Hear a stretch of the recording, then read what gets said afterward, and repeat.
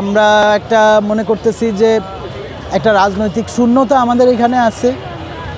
একটা সত্যিকারের অন্তর্ভুক্তিমূলক বা অংশীদারিত্বমূলক একটা যারা এখানে সকল মানুষের, শুধু একটা ধর্ম, একটা বর্ণ, একটা লিঙ্গ, এইটার বাইরে সকল মানুষের জন্য একটা অংশীদারিত্বমূলক যেই রাজনীতি, সেটার আমরা অনুপস্থিতি দেখতেছি।